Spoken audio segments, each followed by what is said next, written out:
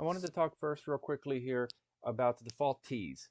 So we mentioned that the default tee is the tee that we have in the tournament software that when you're playing an event at Woodstone, a member event, it's automatically default you to that tee so we get the correct course handicap for you. We are no longer defining which tee to play based on age. So the men's standard tee is going to be the oak, the forward tee is the maples, and for the ladies, the standard tee is the pine, and the forward tee is the cedar. We're going to see a majority of our membership will be playing the standard tees. Why we're making this change, it's one of the recommendations by the USGA for the enjoyment of the game. There's also been some other local clubs that have now been doing it for a couple years, and it has seemed to work very well for them. So we're going to go ahead and make that change here. Some reasons of why you would move up might be a combination of age, handicap, playing ability, and most importantly, the enjoyment of the game. So a lot that depends on that person that does not hit it very far, can't get the holes in the appropriate amount of shots, might want to move up a tee to make the game more enjoyable. Whichever tee you are defaulted to, we are expecting to see you play a lot of your rounds from that tee when you're playing regular golf here at Woodstone. We know some people will bounce around a little bit, but we would like to see you on that tee box the majority of the time. We want to make sure that everyone knows they're going to be kept at the same tee they were last year in the system unless they tell us different. So if you were somebody that played the maple tees because you're over 65, that's where you're going to be defaulted to this year.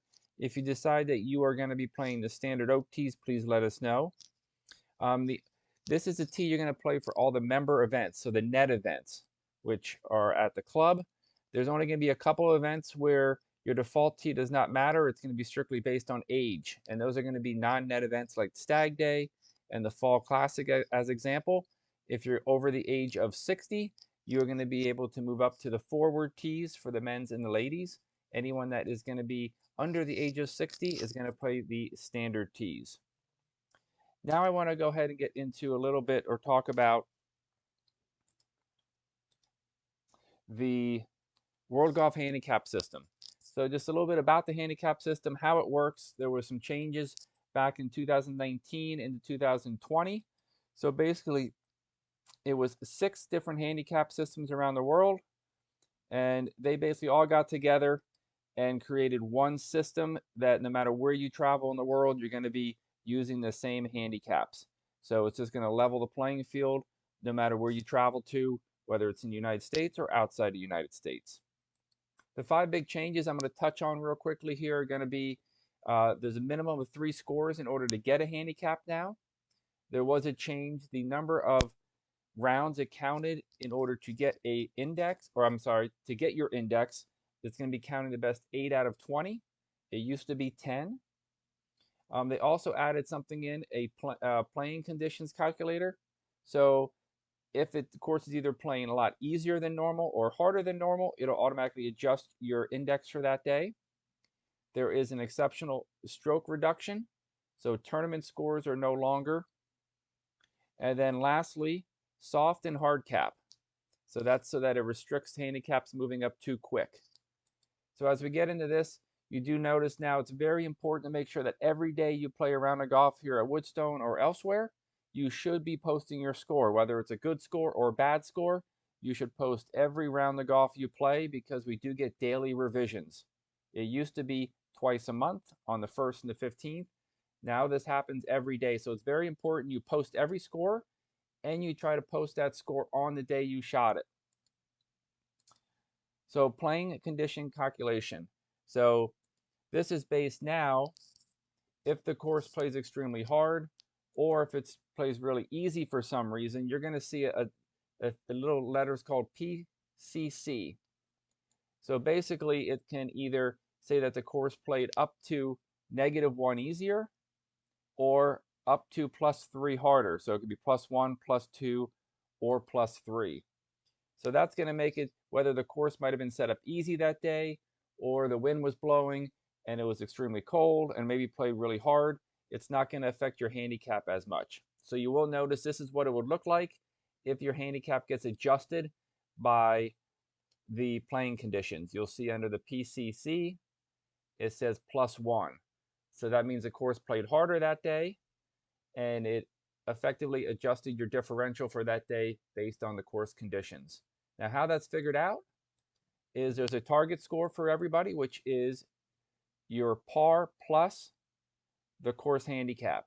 And if you shoot above or below that, you can see the little graph there essentially. If there's too many people above it, that means the course played harder. If there's a lot below it, it played easier, and it will automatically update. Once again, you do not have to do anything with this.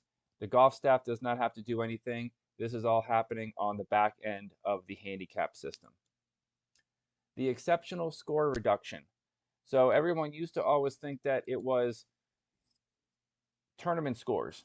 So you still have the option to put scores in as competition. It does not affect your handicap at all, whether it's competition or regular rounds. Every round you play is going to be considered the opportunity to have an exceptional score reduction. So basically, if at the end of your round, your differential, as you can see in this chart, is 7 to 9.9 lower than your index, you're going to have your rounds adjusted -1. If you're 10 or better, it's going to adjust your score -2. So that'll automatically get calculated into your index, and you'll see that be adjusted the next day right away. So once again, every round has a chance to be an exceptional score reduction. Now this one is soft and hard caps. So this is basically trying to help. And once again, like I mentioned, this is all things that are going on the back end. You do not need to worry about this. It'll automatically happen. And this is basically to limit a player's ability to move their handicap up.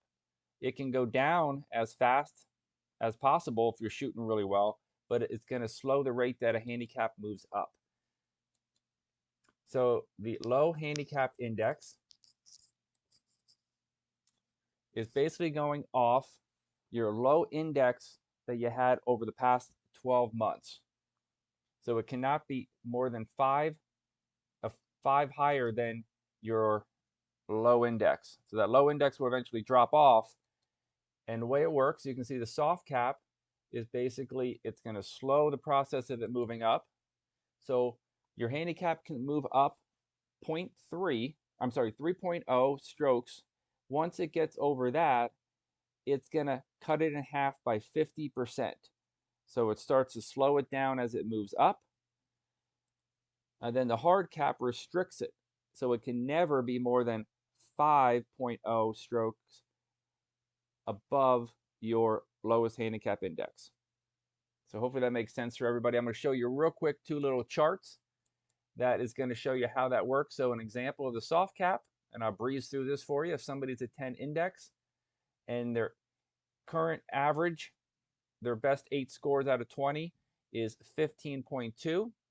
You can see that if you take 15.2 and minus it from 10, you're actually going up 5.2.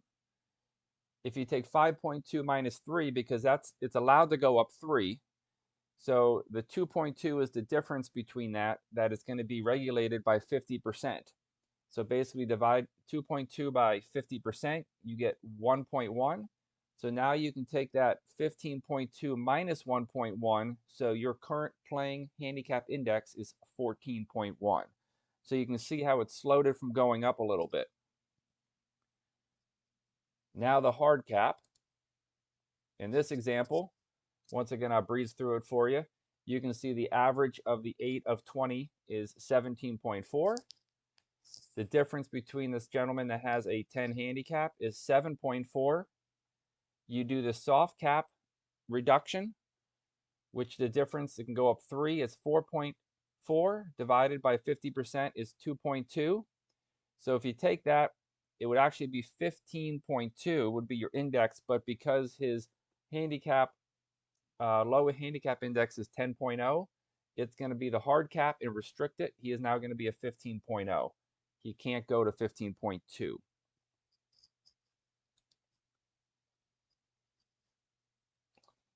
Now the maximum score, it used to be called equity stroke control, and you could only take certain strokes on specific holes. So a par 3, you could maybe take a 6. A par 5, you could take a 10.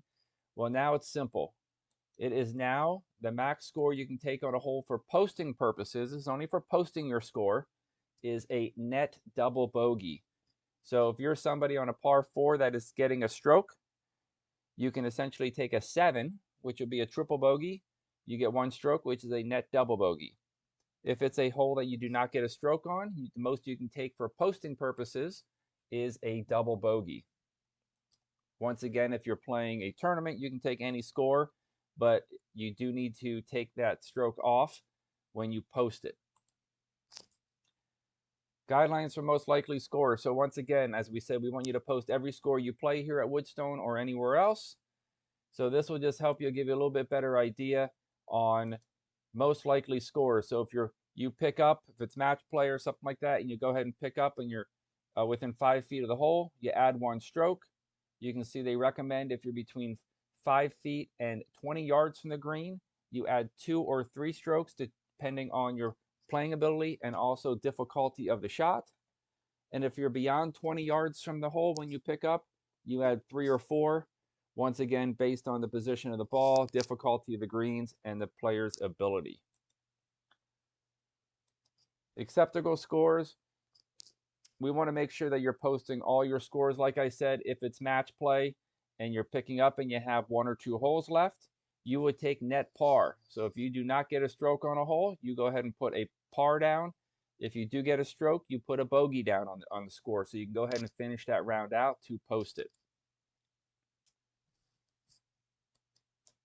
So here's the guidelines. If you play 1 to 6 holes and that's it, you cannot post a score. If you play 7 or 8 holes, you can post a 9-hole score. If you play 9 through 13, you can post 9 holes. Once you play 14 holes, you can go ahead and post an 18-hole score. So this will be the situation if you quit after 14. Holes 15, 16, 17, and 18, you would look to see where you get strokes.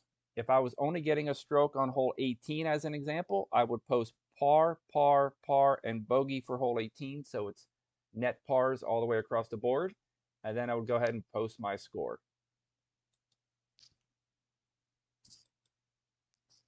Once again, appreciate everyone listening to this video. If you have any questions, I know I breezed through it here, please stop by the golf shop. We can answer any questions for you. We can go a little bit more in depth and take a look at a different area for you as well. But hope you enjoyed this short video and looking forward to the golf season.